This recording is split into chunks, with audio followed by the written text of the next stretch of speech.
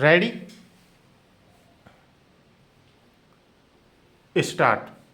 सभापति महोदय स्त्री के शोषण से उद्वेलित और उसके आर्थिक तथा सामाजिक हितों की रक्षा में सभी लोग आज यह मानकर चल रहे हैं कि भारतीय स्त्री के चारों ओर यदि कानून का ऊंचा घेरा डाल दिया जाए तो वह बहुत कुछ सीमा तक शोषण से मुक्त तथा सुरक्षित हो जाएगी।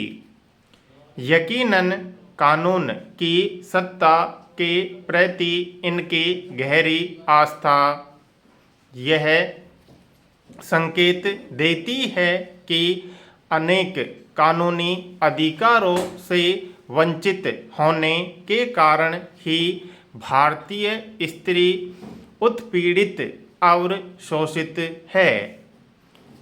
इनके पास उनकी बहुत सी समस्याओं का सीधा साधा समाधान है।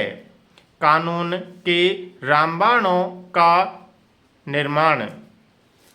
इन रामबाणों के हाथ में आते ही भारतीय स्त्री सबल और सक्षम हो जाएगी। कानून की शक्ति के प्रति इनका विश्वास इस तथ्य के बावजूद भी है कि अब तक जितने कानून बने हैं यथार्थ और व्यवहार के धरातल पर आम तौर से काठ की तलवार ही साबित हुए हैं।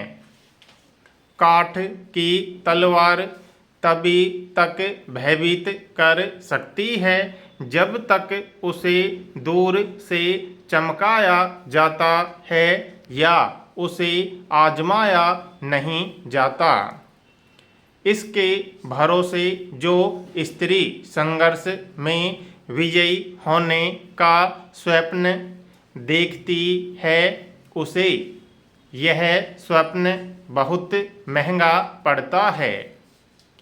कानून की पुस्तकों में बताए अधिकारों को जीवन के यथार्थ में उतारने के साधन सामान्य भारतीय स्त्री के पास नहीं हैं।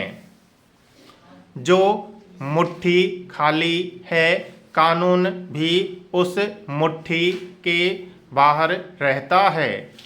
इसके साथ समय और शिक्षा का अभाव और जुड़ जाता है। भारतीय स्त्री की लाचारी मूलतः साधनों की लाचारी है। इसलिए उसके पक्ष में बनाए गए कानून भी उसके जीवन को नई दिशा देने में तब तक असफल नहीं रहेंगे जब तक भारतीय स्त्री साधन संपन्न नहीं हो जाती। शोषण के कई मामले ऐसे भी हैं जिनसे भिड़ने का रास्ता कानून के पास भी नहीं है। अविवाहित स्त्री का परिवार द्वारा सम्मिलित शोषण इस प्रकार के शोषण का सबसे अप्रिय उदाहरण है। दिलचस्प बात यह है कि इसमें शोषण पुरुष समुदाय के साथ साथ स्त्री का योगदान लगभग बराबर का ही होता है।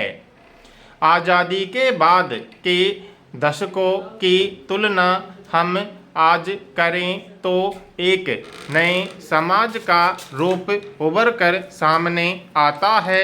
शहरी निम्न मध्यम वर्ग और कुछ सीमा तक मध्यम वर्ग में भी शिक्षित अविवाहित स्त्रियों की संख्या लगातार बढ़ती जा रही है, किंतु इस वर्ग में अविवाहित स्त्रियों की बढ़ती संख्या को नारी मुक्ति के साथ जोड़ना सरासर गलत होगा।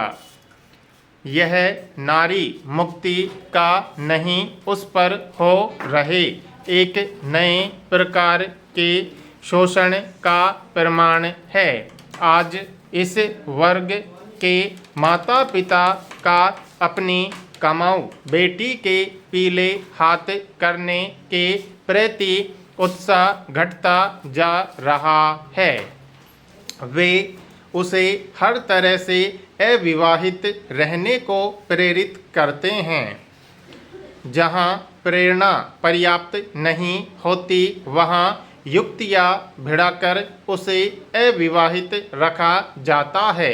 हालांकि बहुत सी लड़कियों ने खुद अविवाहित रहना एक जीवन शैली के रूप में चुना है और अपने रहने के लिए एक अलग ठिकाना भी बनाती है।